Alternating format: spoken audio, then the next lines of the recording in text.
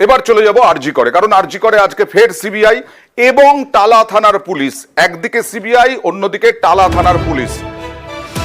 আরজি করে সিবিআই, অন্যদিকে টালা থানার পুলিশ। কথা বলবো প্রতিনিধি দেবাশিসের সঙ্গে। সিবিআই কি এই ধর্ষণ খুনের তদন্তে এসেছে, আর টালা থানার পুলিশ কি ভাঙচুরের নমুনা সংগ্রহ করতে এসেছে? দেবাশিস।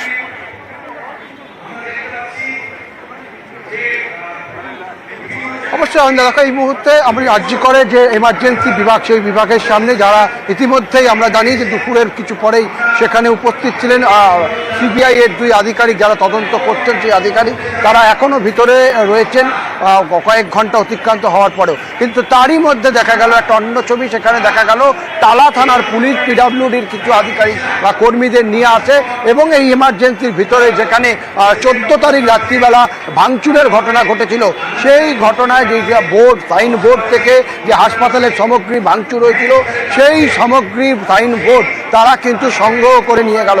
ইতিমধ্যেই 25 জনের একটি লিস্ট তৈরি করা হয়েছে এই ভাঙচুরের ঘটনার সঙ্গে যারা যুক্ত ছিল।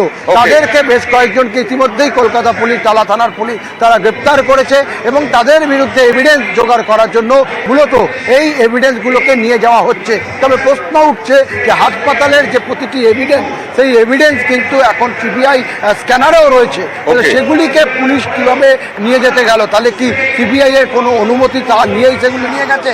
তা নিয়ে অবশ্যই তদন্ত করতে হবে। জানা যাচ্ছে যে সিবিআই এখনো পর্যন্ত হস্তান্তর হয়নি, সিবিআই এখনো তদন্তভার নেয়নি বলেই জানা যাচ্ছে। আসবো পরে দেবাশিস নিশ্চয়ই আরজি করের পরিস্থিতি জানার জন্য।